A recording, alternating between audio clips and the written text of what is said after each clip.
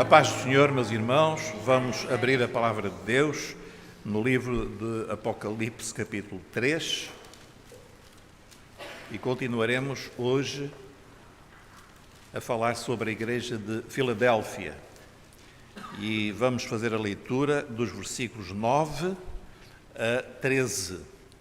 Apocalipse 3, 9 a 13. Eis que eu farei aos da sinagoga de Satanás, aos que se dizem judeus e não são, mas mentem, eis que eu farei que venham e adorem prostrados a teus pés e saibam que eu te amo. Como guardaste a palavra da minha paciência, também eu te guardarei da hora da tentação que há de vir sobre todo o mundo para tentar os que habitam na terra. Eis que venho sem demora, guarda o que tens, para que ninguém tome a tua coroa. A quem vencer, eu o farei coluna no templo do meu Deus, e dele nunca sairá, e escreverei sobre ele o nome do meu Deus e o nome da cidade do meu Deus, a nova Jerusalém, que desce do céu, do meu Deus, e também o meu novo nome. Quem tem ouvidos, ouça o que o Espírito diz às igrejas. Amém. Os irmãos podem ficar sentados. Meus irmãos, nós estamos a estudar as 7 cartas e temos visto que elas têm um valor literal, uma vez que falam sobre 7 igrejas que existiram mesmo, mas também se referem a 7 períodos da igreja, uma espécie de profecia da igreja, como a igreja se iria desenvolver ao longo do tempo. E agora então nós estamos já na última fase, na última etapa, e eu tenho chamado a atenção dos irmãos que no tempo do fim, que nós entendemos que é o tempo que estamos a viver, destas 7 igrejas haverá 4 que estarão ativas na terra. A igreja infiel de Tiatira, a igreja nominal, a igreja de Sardes, a igreja aqui chamada missionária, mas podia ter sido chamada de outra forma, avivada, fiel, a igreja de Filadélfia, e a igreja sobre a qual nós falaremos, se Deus quiser, no próximo domingo, a igreja de Laodiceia, que é uma igreja morna, uma igreja acomodada, que tem sobre si uma sentença muito séria, a não ser que mude, que se arrependa.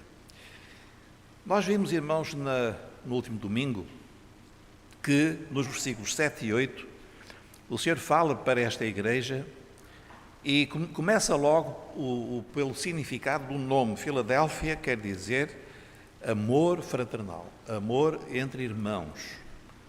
Então isto caracteriza uma igreja que tem calor, não apenas o fogo do Espírito, mas também calor humano, entre os irmãos.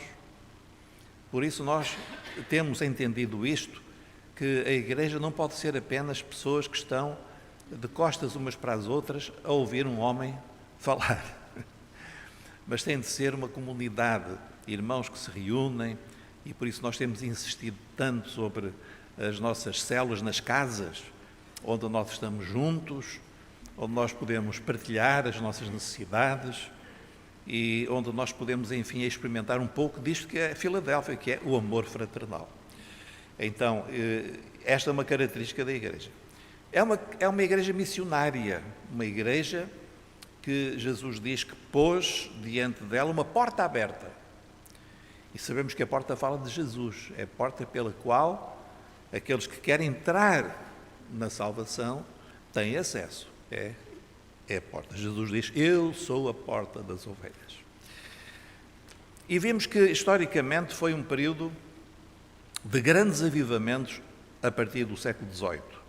Estas datas são assim muito grosseiras, só para os irmãos terem uma ideia. O período da Reforma, o período anterior, de certa forma esgotou-se numa espécie de ortodoxia fria, sem vida, uma doutrina correta, mas sem vida. Uma teoria, uma teologia que se tornou muito racionalista, uma teologia muito profunda, muito cheia de rococós, não é? Mas sem uma vida correspondente, sem evangelização, sem desejo de partir para evangelizar o mundo, etc. Ora, isso mudou a partir do século XVIII. Houve vários nomes, um dos grandes nomes do século XVIII foi John Wesley. E houve um grande movimento, não apenas com ele, mas com muitos outros irmãos e irmãs que se dispuseram e abandonaram aquela frieza da igreja oficial. Aliás, Wesley foi expulso da igreja, para terem uma ideia. Abandonaram aquela frieza e tornaram-se, de facto, crentes simples, entendendo que viviam em missão. E esta expressão eu gostaria que os irmãos fossem fixando. Viver em missão. Todo crente de Jesus tem uma missão aqui na Terra, está certo? Então, eu não sei se o Antero já pensou nisto. Já pensaste, Antero? Ainda és muito novinho, podes pensar, tens muitos anos para pensar. Os mais velhos, nós temos uma missão aqui na Terra. Deus colocou-nos aqui com uma missão. Pastor, mas isso é importante? É. Porque se nós não cumprirmos a nossa missão, quem é que vai cumprir? Não há ninguém, nós somos insubstituíveis. Mas há outras pessoas na igreja que são mais maduras, são mais experientes. Meu irmão, ouça, o irmão tem uma missão na terra. É insubstituível. A segunda razão por que nós devemos prestar atenção é que um dia destes nós vamos comparecer perante o tribunal. O tribunal, aqui em Gaia? Não, é o tribunal de Cristo. O tribunal de Cristo. O que é o tribunal de Cristo? Há uma grande diferença entre o tribunal de Cristo e o juízo final. O juízo final encontra-se lá no finalzinho do Apocalipse, que é o juízo para a condenação, o juízo chamado do grande trono branco, quando todos os seres humanos vão comparecer diante do trono e vão ser julgados pelas suas obras. E aqueles que forem achados em falta serão condenados. Agora eu pergunto aos irmãos, quem é que se salva pelas obras? Quem é que se salva pelas obras? Quem é que pode apresentar um currículo e dizer, Senhor, eu mereço entrar na Nova Jerusalém porque eu tenho aqui o meu currículo de boas obras. Quem? Então, esse é o juízo da condenação. Mas os salvos, e a igreja em particular, agora estamos a falar para a igreja, ela vai ser levada para a presença do Senhor e vai passar também por uma avaliação. Não é um juízo para condenação, mas é um juízo de avaliação. Eu digo que não é para condenação, a não ser que haja algum falso convertido no meio da igreja, que há sempre, não é? Mas Jesus disse para não mexer. O joio e o trigo estão misturados. Ele disse, não mexa, deixa estar até ao fim. Agora, aqueles que são de facto servos do Senhor vão ser avaliados e vão ser galardoados, vão ser recompensados. De acordo com o quê? Se forem pessoas boazinhas, sinceras, de acordo com o quê? De acordo com a missão. Então, o Senhor deu uma missão e a coisa que o Senhor vai perguntar naquela parábola dos servos é, olha, eu dei-te 5, o que é que fizeste? Qual foi? Senhor, eu trabalhei, cumpri a minha missão. Estão aqui mais 5. E a ti, eu dei-te 2. Senhor, são mais 2.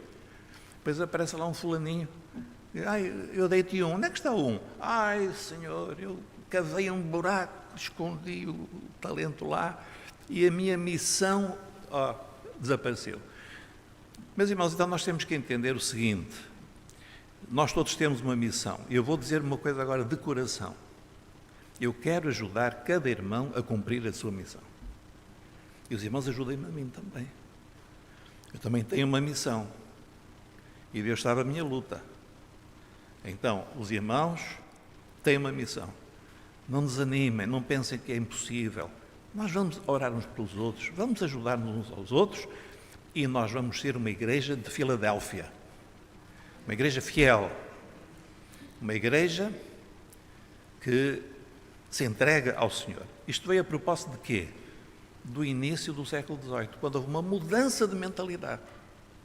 A igreja deixou aqueles templos enormes, vazios, gélidos, e foi empurrada para a missão, às vezes para a rua, para as casas. E de repente um grande avivamento começou. Começou no Reino Unido, e rapidamente passou para os Estados Unidos e houve de facto uma transformação, não apenas entre os chamados metodistas, os metodistas que eram os seguidores de John Wesley, mas outros batistas, presbiterianos e outras denominações nascentes. Então foi de facto uma transformação muito grande. Falamos disso, irmãos, na semana passada, mas há muito mais para contar e hoje eu vou tentar avançar um pouco mais nesta igreja que de facto merece a nossa atenção, porque deve ser o nosso modelo. Nós queremos ser como Filadélfia, ter as características de Filadélfia. Se nós tivermos isso, nós podemos estar felizes na presença do Senhor. 3 segredos de Filadélfia que nós vimos. Então, 3 coisas. Primeiro, um segredo é que tinha pouca força. Mas como é que pouca força pode ter um segredo? A palavra pouca, lá no grego, é micro. Uma micro-força. E todos sabem que micro é aquilo que é pequeno. Então, o Senhor olha para a igreja e diz: esta igreja não tem grandes condições, humanamente falando, não tem grandes condições. Então, o irmão, por favor, quando disser assim, eu sou pequenino, não diga pequenino, é assim, eu sou micro.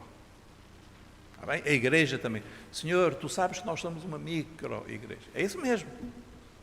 É isso mesmo. Agora, o Senhor nunca se preocupou com isso. Eu vou dar só um exemplo, lembrar um exemplo.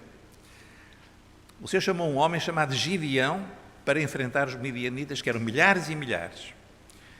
Gideão convocou um exército e o Senhor olhou e disse: gente demais. Gideão disse: gente demais? Gente demais. Manda embora. E disse quem é que devia ir embora. Ficaram mais uns milhares, já menos. E o Senhor olhou e disse: gente demais. Irmãos, eu acho que Gideão devia ter que tomar aqueles Xanax, não é? Depois destas conversas com o Senhor. Assim, Senhor, eu já não entendo nada. Vêm uns milhares, tu mandas a maior parte embora. Agora estão outros, os que sobraram. E agora o que é que eu faço? E o Senhor disse: leva-os ao rio, e aqueles que beberem água, como assim com a mão, tu os separarás. Os outros que se baixarem podem ir embora.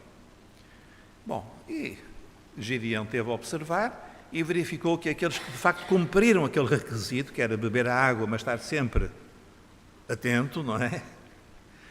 Foram apenas 300. E o Senhor disse: é com estes que tu vais livrar Israel. Senhor, ele deve ter chamado: ó mulher, traz mais um Xanax. Senhor, com 300? Como é que eu vou com 300? Meus irmãos, e o Senhor livrou Israel, os irmãos conhecem a história. Juízes 6-8. Os irmãos sabem que Deus tem uma coisa que nós às vezes não entendemos. Quanto menores nós formos, mas mais dependermos dele, porque somos fracos, mais ele é glorificado. Glorificado. Porquê? Porque Gideão, se tivesse milhares de pessoas, podia-lhe passar pela cabeça dizer: nós temos um grande exército e por isso nós vencemos. Não. Quando eles venceram, e a história é extraordinária, a história de Gideão, não foi porque ele tinha um grande exército. Ele diz assim: nós não éramos ninguém, éramos pouquíssimos, mas Deus fez um milagre e deu-nos uma grande vitória. É isso que Deus quer fazer connosco, irmãos. Amém? Amém mesmo? Então, quando o irmão olhar para si e dizer: que micro que eu sou, diga depois: mas tu, Senhor, vais ser glorificado. Na minha pouca força, na minha pequenez, tu vais tirar glória para ti, porque tu vais usar este micro servo que aqui está. E Deus usa, irmãos, e podem ter a certeza que Deus usa. Também porque Filadélfia guardou a palavra. E, de facto, nestes séculos, surgiram muitos ataques à Bíblia. A Bíblia sempre foi muito atacada. até fisicamente. Houve um imperador romano que deu uma ordem de ir pelas casas dos cristãos apreender qualquer vestígio de documentos que circulavam, fragmentos das Escrituras, e fez uma grande pilha, queimou e disse: acabou-se a Bíblia. Estava muito enganado. Na União Soviética proibiram a Bíblia. Os irmãos, isto foi nos anos 30, 40, 50 do século passado, os irmãos, eles pegavam na Bíblia e copiavam à mão pedaços da Bíblia, e iam passando uns para os outros. E a Bíblia sobreviveu. Mas nestes séculos surgiu uma coisa misturada com a filosofia chamada o liberalismo teológico. O liberalismo era uma teologia baseada no racionalismo. O racionalismo que no século XVII, aqui os estudantes conhecem, com Descartes, depois o iluminismo. Então a teologia, ela fundiu-se com essa mentalidade e começou a descrer na Bíblia e tal. Então, Filadélfia diz assim: tu guardaste a minha palavra. E nós que estamos aqui hoje, eu pelo menos, eu creio que a Bíblia é a palavra de Deus. Infalível, bastante, suficiente, viva, ela é a palavra de Deus. Este é um segredo de Filadélfia, porque há pessoas que não têm certeza. Será que é, que não é? Deus criou os céus, no princípio criou Deus o céu e a terra. Não foi o Big Bang? Não houve evolução? Deus criou o homem? Então não era um macaco que foi endireitando as costas e tal até ficar? Não, irmãos. Deus criou-nos. E nós, quando começamos a levar a sério o que a Bíblia diz, o Senhor vê e dá-nos uma bênção. Então o Senhor diz: tu guardaste a minha palavra. O irmão tem guardado a sua fé na palavra de Deus? Então o irmão é um servo abençoado. Pode ter a certeza, há uma grande bênção na sua vida. E não negaste o meu nome. Porquê? Porque começaram a surgir muitos nomes de salvadores. Aqui mesmo em Portugal nós sabemos que há muitos mediadores, há muitos salvadores, muitos nomes, não é? Qualquer caminho leva a Deus, o importante é ser sincero. Os irmãos nunca ouviram isto? Qualquer caminho. Mas Filadélfia sabe o seguinte: há um só nome. Atos 4:11. Há um só nome. Dado nos céus, na terra, há um só nome pelo qual podemos ser salvos. Qual é esse nome? Cristianismo. Evangélicos. É o nome de Jesus.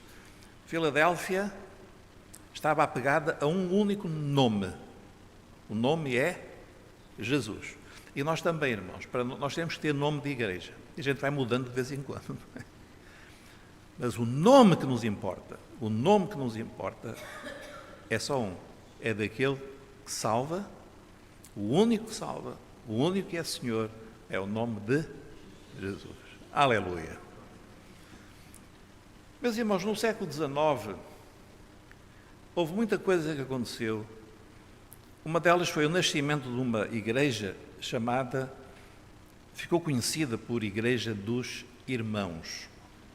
A Igreja dos Irmãos foi um movimento espontâneo que nasceu na Inglaterra e com um homem que liderou, pelo menos durante os inícios, este movimento, que era um dentista. Portanto, não era um clérigo, era um homem que tinha o seu trabalho, a sua profissão. E ele, com outros irmãos, ele começou a ter um desejo muito grande, que era voltar a igreja a ser simples, como era a igreja primitiva. Que é o desejo que nós também temos, não é verdade, irmãos? E então, eles começaram a reunir-se e tomaram uma decisão: não praticar nada que não estivesse claramente escrito na Bíblia. Então, eles levaram a sério, por exemplo, o livro de Atos dos Apóstolos, que nós também levamos muito a sério. e começaram a reunir-se. E, de repente, mais gente começou a dizer, nós estamos cansados de religião, que nós queremos isso mesmo. Começaram a chegar. Houve um homem que morava na Irlanda, John Darby. John Darby foi o grande nome da Igreja dos Irmãos, que tinha sido clérigo anglicano, mas ele começou também a ver que aquilo não ia levar a lado nenhum.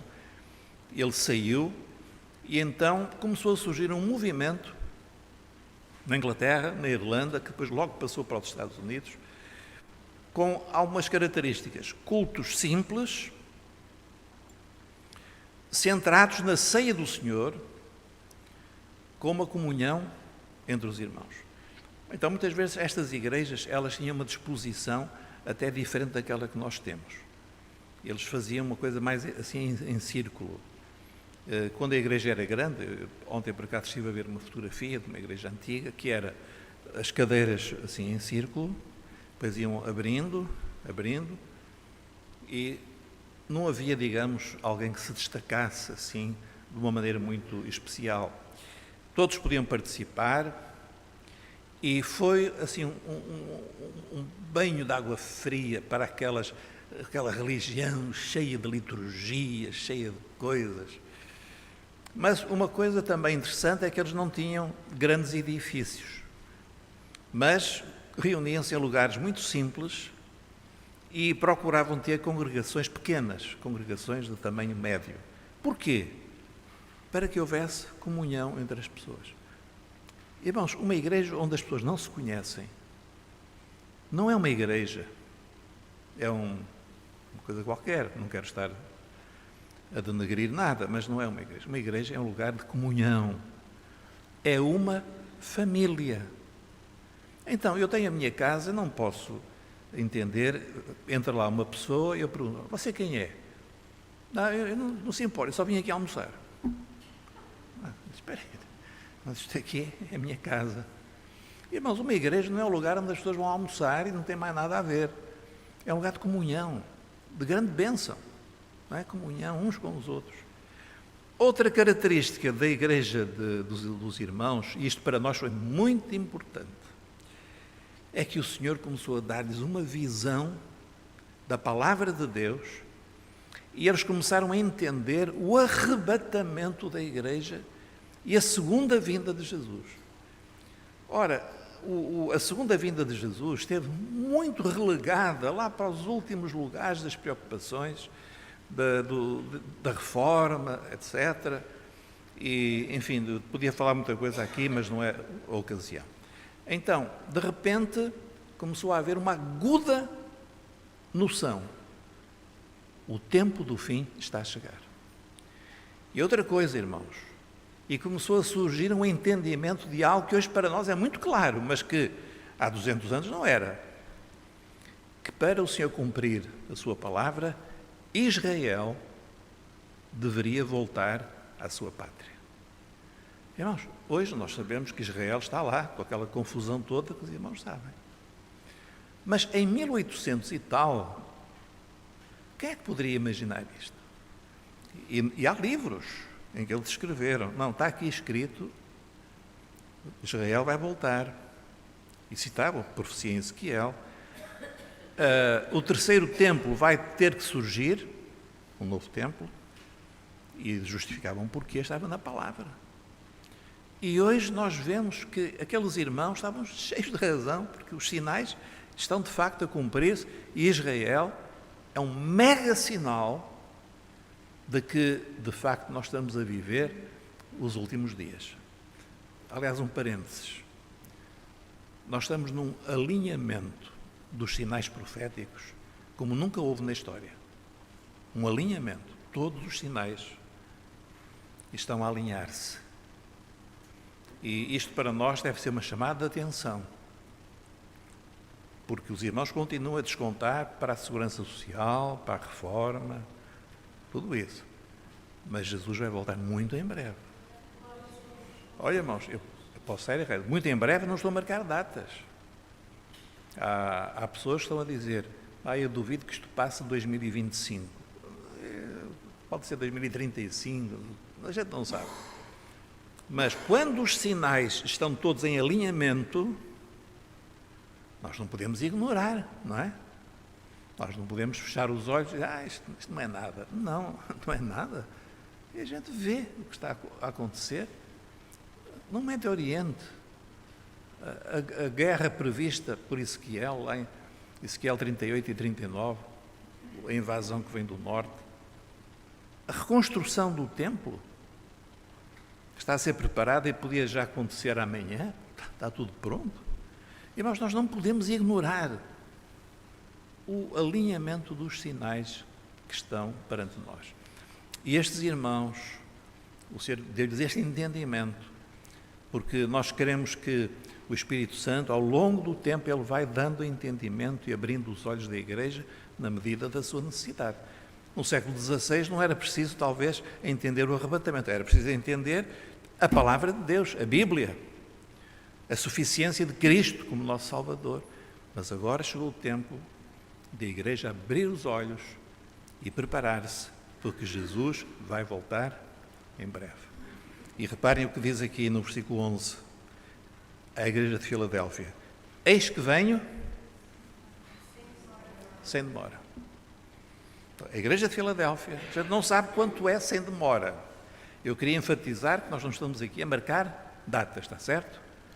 Mas Jesus vai voltar em breve. Portanto, os estudantes continuem a estudar. Pastor, se Jesus viesse antes dos exames, era bom. Não, nós não sabemos quando é que Jesus vem. Uma coisa eu digo aos irmãos: não vivam a vossa vida como se nós vivêssemos tempos normais, em que tudo vai, então, levar uma vida descontraída, sem se preocupar com o Senhor, sem o servir. Cuidado! Lembre-se da parábola das virgens. Eram 10, que é o número da congregação em Israel. 10 fala de congregação. 10, 5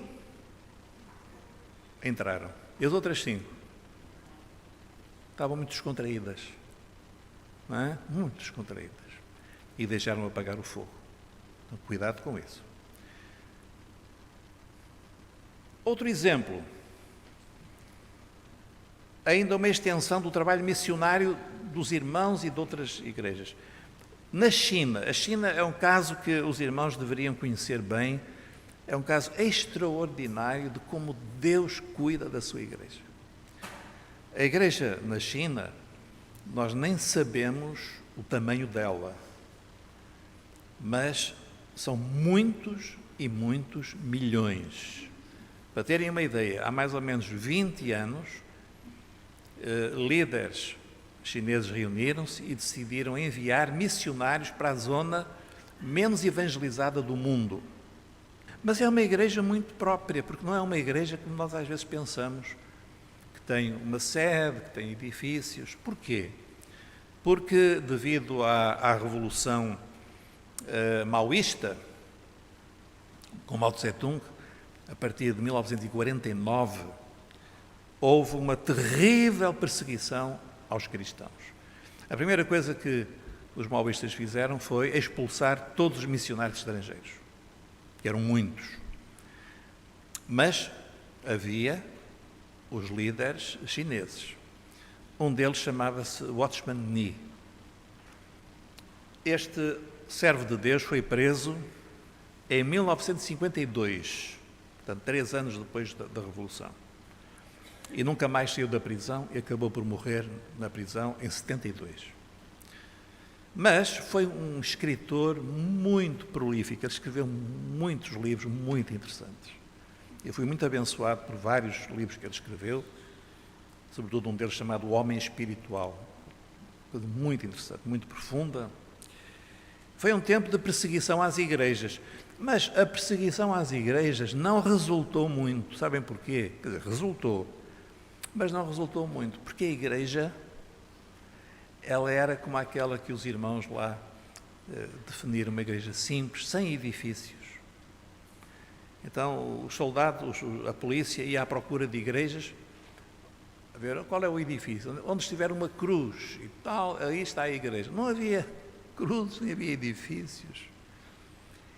Muito difícil de identificar os líderes. Não havia imagens.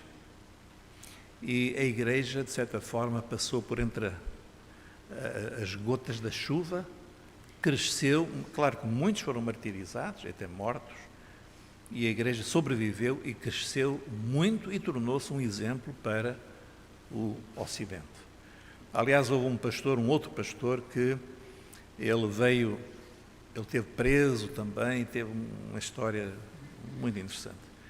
Ele foi à América, foi convidado para ir à América, e ele ficou horrorizado. Ele disse: eu quase não encontrei nenhum cristão.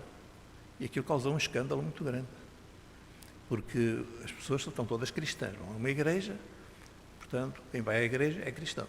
Ele disse: eu não vi, onde é que estão os cristãos? Porque ele não estava habituado àquele cristianismo de templos, de liturgias, não é? Então, foi uma experiência também que veio desse avivamento. Mas, mais o Senhor tinha preparado.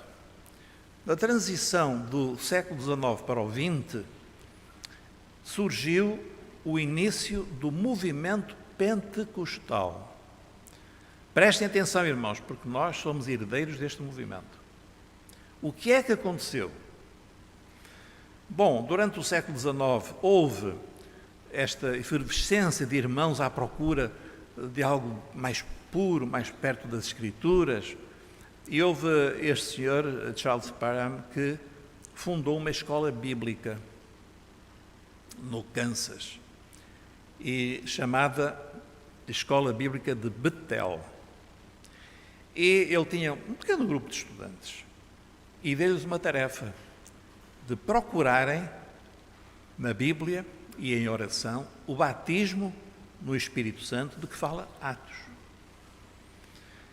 E os estudantes fizeram isso, com muita oração, jejum. No dia 1 de janeiro de 1901, eu até pus aqui, 1/1/1, houve uma jovem que ela, depois de estar também a ler a palavra e a buscar o Senhor, de repente ela espontaneamente começou a falar noutras línguas. E ela ficou: será que isto é aquilo de que fala o livro de Atos, no capítulo 2? E a verdade é que outros estudantes começaram a ter também experiências não só de línguas, mas outros dons espirituais. Um desses estudantes que estava lá era um senhor de cor, num tempo de grande racismo. Para os irmãos terem uma ideia, este homem, chamado William Seymour, ele foi admitido na escola, mas ele assistia às aulas, não era dentro da sala, deixavam a porta aberta, ele tinha uma cadeira fora da sala. E assistia às aulas fora da sala.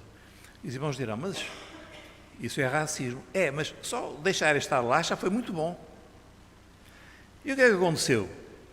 Seymour foi batizado no Espírito Santo. E, operando eu, quem impedirá?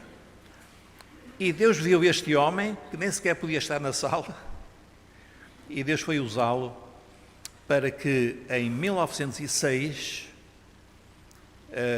fosse, já em Los Angeles, ele foi usado para um trabalho. Começou nas casas, mas de repente já era muita gente. Ele alugou um edifício que tinha sido uma missão metodista, e o nome que foi dado a este edifício, que é histórico, chamado a Missão da Fé Apostólica, na Azusa Street. E aqui eles tinham reuniões todos os dias, longas, e o Senhor começou a operar. Não era só línguas, havia profecia, havia curas, havia milagres que o Senhor operava. E de toda a parte começaram a fluir pessoas ao ouvirem o que é que estava a acontecer. E vieram de muitos lugares, de tal maneira que, em breve, aqueles que vinham recebiam também e levavam a bênção do Espírito para onde iam. Então, os irmãos, imaginem um fogo que começou ali e, de repente, alastrou de uma maneira assim incontrolável. Foi para a Europa, Da Europa foi para até chegar a Portugal, foi para o Brasil. A África foi de facto algo extraordinário. E por isso o movimento pentecostal começou desta forma tão humilde, pequena força, não é? Pouca força, tão humilde, mas o Senhor abençoou com grandes movimentos em todo o mundo, com igrejas por todo o mundo. Numa outra, mais tarde, já nos anos 40, 50, igrejas tradicionais começaram também a receber o avivamento pentecostal, porque de início as igrejas históricas, elas criticavam os pentecostais. Porquê? Porque eram pessoas humildes, muitas delas de cor, sem grande conhecimento. E então, aquelas igrejas mais eruditas, mais cheias de conhecimento, desprezavam aqueles irmãos. Mas mais tarde, o Senhor começou também a batizar com o Espírito Santo os presbiterianos, os batistas, os metodistas, foi tudo. E começou a haver divisões nas igrejas, porque uma parte aceitava a bênção pentecostal, a outra parte não queria. Irmãos, e nós somos frutos, indiretamente, desta bênção. Nós, este grupo que agora se reúne sob a designação desta igreja, nós conhecemos esta bênção em 1977, quando alguns irmãos foram batizados com o Espírito Santo. Eu fui um deles, e outros irmãos. E passado um pouco, mais irmãos. E isto causou-nos muitos problemas, porque havia queridos, amados irmãos nossos que não entendiam. E, por exemplo, eu e outros da igreja onde eu estava, nós fomos excluídos da igreja. Porquê? Por pecado? Não. Porque acreditávamos demais na Bíblia. E por isso nós fomos expulsos. Mas nós já perdoamos e também que eles nos perdoem. E se Deus quiser, vamos estar todos no céu, não há problema nenhum. Agora, o Espírito Santo, irmãos, no século XX e até hoje, o fogo está aí. Está aí. E para o irmão também. Deus tem fogo também para si. Fogo santo, fogo do Espírito Santo. Então, houve uma grande evangelização mundial, porque uma característica desta igreja é o desejo que os outros conheçam Jesus. Então, faz-se uma conta assim por alto que mais de 500 milhões de pessoas foram salvas. O que é um número de facto extraordinário. No versículo 9, Jesus diz: eis que eu farei aos da sinagoga de Satanás, aos que se dizem judeus. Bom, o que é isto? Poderia ser que houvesse judeus lá na igreja literal de Filadélfia. Mas profeticamente o que é que o Senhor está a dizer? Está a falar para judeus falsos, judaizantes, como havia no primeiro século? Ou é outra coisa? Há duas possibilidades e elas são compatíveis. Uma é que são religiosos que perseguem os fiéis, tal como os judeus perseguiam os primeiros cristãos. Mas pode ser uma coisa mais profunda. Aqueles que acham que a Igreja substitui Israel. Isto é, há 2000 anos Israel entregou Jesus à morte. No ano 70, Jerusalém foi destruída. E a história de Israel acabou. Deus deixou Israel de lado. E agora a Igreja é a herdeira de Israel. Então, nós somos o Israel de Deus, expressão usada por Paulo em Gálatas, que tem que ser muito bem interpretada. Nós somos o Israel de Deus e o Israel étnico já desapareceu. Irmãos, nós não somos Israel. Nós não somos Israel. Nós não somos judeus. Os judeus são os judeus. Israel é Israel. E o apóstolo Paulo deixa isso muito claro lá em Romanos, no capítulo 9, especialmente o capítulo 11. Deus tem uma bênção e um plano especial para Israel. Então nós não podemos dizer que somos Israel. E a grande promessa, irmãos, para terminar, no versículo 10. Temos falado muito sobre isto. No último seminário nós tivemos uma aula praticamente em torno deste assunto. Como guardaste, é a promessa do Senhor a Filadélfia, como guardaste a palavra da minha paciência, também eu te guardarei de quê? Da hora da tentação que há de vir sobre todo o mundo. Qual é a tentação que há de vir sobre todo o mundo? Nós sabemos qual é. Vai aparecer um homem chamado o Anticristo. E ele vai tentar todo o mundo, dizendo o seguinte, que ele é que é o Cristo. Ele vai persuadir as pessoas que ele é que é o Cristo. E a partir de um certo momento ele vai exigir adoração como se fosse o Cristo. É o falso Cristo. E esta vai ser uma tentação, porque ele vai operar sinais e vai intimidar as pessoas. Se as pessoas não aceitarem, elas vão passar mal. E muitos vão ser tentados. E uma das marcas é a marca da testa e da mão, marca chamada marca da besta, não é? Que é a grande tentação de receber essa marca. Então a tentação há de vir sobre todo o mundo, para tentar os que habitam na terra. E o Senhor diz assim, Igreja de Filadélfia, eu vou-te poupar a isso. O que é que quer dizer isto? Quer dizer que o Senhor vem arrebatar a Igreja antes que se manifeste o Anticristo. Antes que tenha início esse tempo chamado da grande tribulação. Então, é isso que nós entendemos.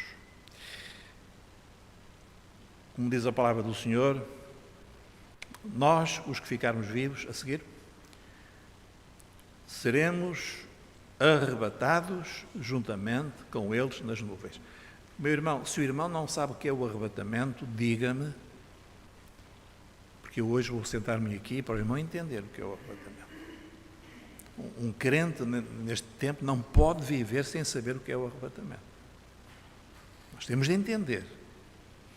Então, aqui está um dos textos. Paulo recebeu uma revelação. Ele recebeu várias para a igreja, que só ele recebeu. E uma delas foi esta. Nós seremos arrebatados, juntamente com os mortos em Cristo ressuscitados, nas nuvens, a encontrar o Senhor nos ares. E assim estaremos sempre com o Senhor. Conclusão, Filadélfia é um tipo de igreja, mas também um período da história da igreja. Características principais, fidelidade à Bíblia, uma igreja evangelística, uma igreja missionária e a igreja a quem o Senhor promete o arrebatamento. O irmão quer pertencer a esta igreja de Filadélfia?